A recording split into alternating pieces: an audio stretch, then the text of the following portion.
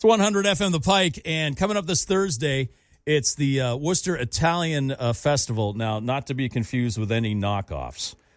This is the original Italian festival, and it is, I think it's 4 days. Is that right? 4 days. 4 days. 4 days of frivolity and fun and great music and food, you name it. And that's Dominic Mercurio. He was in here last week, and he has brought his hair. It's back, ladies, it's and back. we are Facebook Live. It'll be on if you display wanna at the check. festival. Don't put the camera on me, Josh. Get that hair, for crying out loud. That thing, it looks like it was designed by someone at MIT, for crying out loud. They're going to put it in a museum someday. They really are. I have to give a big contribution, but they'll put it in a museum.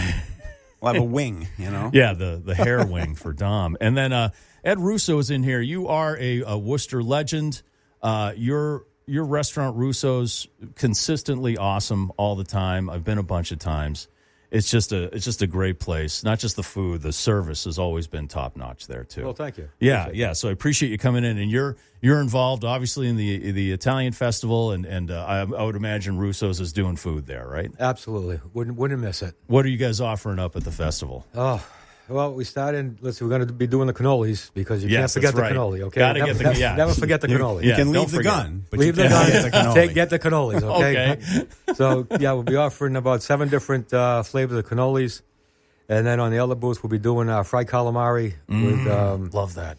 blue cheese aioli sauce. Yeah. A little twist instead of the marinara. Oh, it's nice.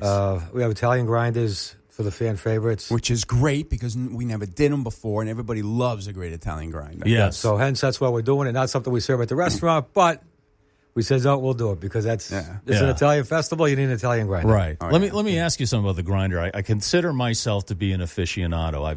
I've gone on a grinder odyssey in mostly central Massachusetts and parts of Rhode Island. And it varies from place to place. Like any recipe, like every family has their own way of making something. An Italian grinder, do you ever put mayo on it? Absolutely not. Yeah, Absolutely thank you not. so much. No. Thank I you. wanted to wait for him to say it, but my neck was hurting from going left to right. Yeah. No, never. It's Yeah. oil, right? It's oil. Just oil. Never mind. Some folks will put balsamic and all. No. Yeah. Nice extra virgin olive oil. Yeah. Let the meat speak for itself. The Rico Right. provolone, the best. You got to use the best provolone and the best products. Let those speak. Never mind the dressing. Exactly. What about toasting it? Leave it alone. Yes. Taste the bread. Yes. Yeah, taste the I bread. wholeheartedly, because you take away not just from the bread, but from the quality of the cold cuts, which is the Absolutely. most important That thing is in my most opinion. important. Yeah. Thank you so much. I always, you know what? I always question myself, and people say, "You want mayo on this?" And I'm like, "Am I in the right place?" Yeah. You know, I don't even want to. If you ever ask for mayonnaise in Italy, they'd put you on a plane in 10 minutes. They Did they- actually have mayonnaise in Italy? I'm not even sure. Yeah, I don't even think they have it there. Mayonnaise.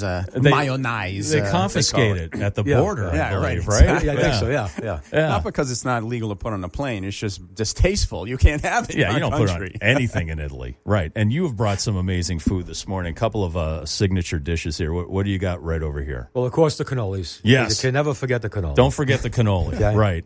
And I also brought some meatballs. Even though we won't be serving those at the festival, it is a staple at the restaurant. As every Italian family feels their mother makes the best. Right. Well, I assure you, my grandmother, she made the best, and this is her recipe. And I do have several Italians that come in and say, wow. Yeah. Yeah. Oh, yeah. Pretty close I to am grandma. among them, Yeah. Mike. I was just telling Bob Goodell out in the hall, I said, it's like my mother-in-law makes fantastic meatballs. My mother and father did too, of course.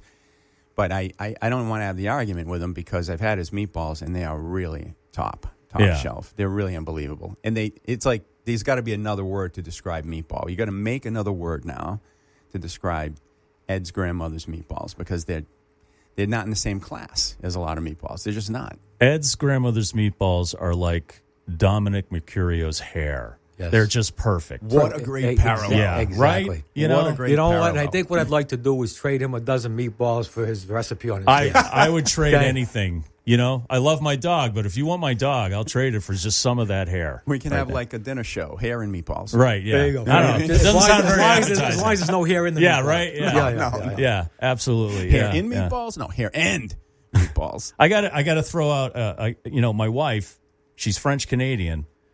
She makes a great meatball.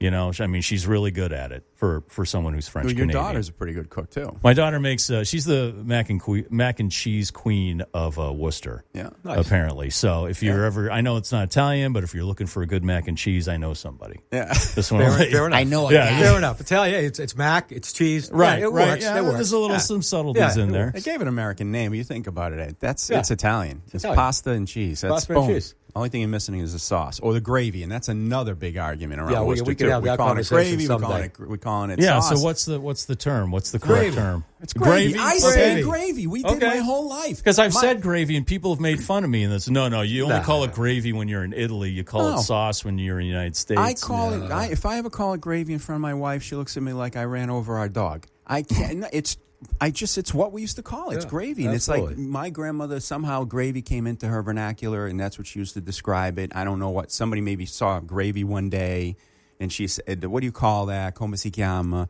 And they said, "Oh, this is gravy. You know, it looks the same but a different color. You know, red versus brown." And I don't know how it happened, but we call it gravy. Yeah, it's gravy.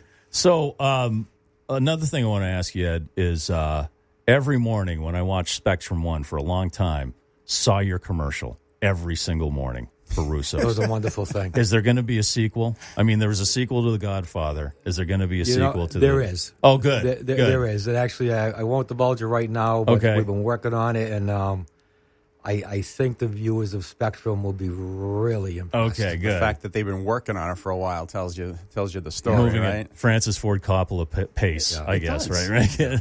Awesome. That's good to know. All right. It looks like a movie trailer for crying out It loud. does. You know Yeah. what I mean? It's a little It really film in does. itself. It's a great commercial. Yeah. A great commercial. So, Dom, the Italian Festival starts Thursday. Yeah, Thursday. What time can people start showing up? Come in at we open at 5:00. You know, we got good parking. We got one parking lot on one side of the church, and then right across the street at Wright Square School, you get a lot of parking there too. So there's a lot of parking everywhere. We'll have people helping you, kind of guiding you where to go and park. So that's easy enough. And we got fantastic entertainment. We got fantastic food, as you just heard. You know, we got a great couple of bands. We got Ambrosiani. They do all Italian music, and they're the real deal. You know, they speak Italian. They do the Italian songs, the old Italian songs, the current hits. People that like Italian music love Ambrosiani. We've got Ticket to Ride, which is a really cool Beatles tribute band. And they are just about the best of the best when it comes to that kind of stuff. And they do we talked about this before. They do all eras of the Beatles. That's right, Like exactly. the early stuff where they were wearing suits to the Exactly, to the more hippie current days. stuff. Yeah. I think they're fantastic, and they're going to really appeal to a lot of age groups. I think, given the fact Who that they doesn't do love the the different Beatles? decades. Yeah, Yep. And speaking of decades, we've got another band called Decades by Design. If you like Motown, Mike. Yeah, I've seen them. They're excellent. I mean, the whole Temptations thing with the slide out and it's just unbelievable. The music is great. The songs are fantastic. You know, it's just really nostalgic stuff. Jim Geeney, he's another one. He does really nice Italian music. I mean, it's just going to be loaded with great music and food, and street food too. Got another group coming in. Bird's Nest. Yep, Mike will be there with think about spring rolls, Italian spring rolls. Never heard of them, but chicken parm sliders, little things like that that are unique that you can walk around at the festival with. You don't have to actually have a big plate. You know, and by the time you're done with Ed's grinder, you're not going to be very hungry, I'm sure. You got to dance it off. Oh, yeah, you do have to dance it off. Now, on the weekend, is it 5 or does it start earlier? Starts earlier, yeah. On the weekend, you can get in there about 11 a.m., Saturday and Sunday.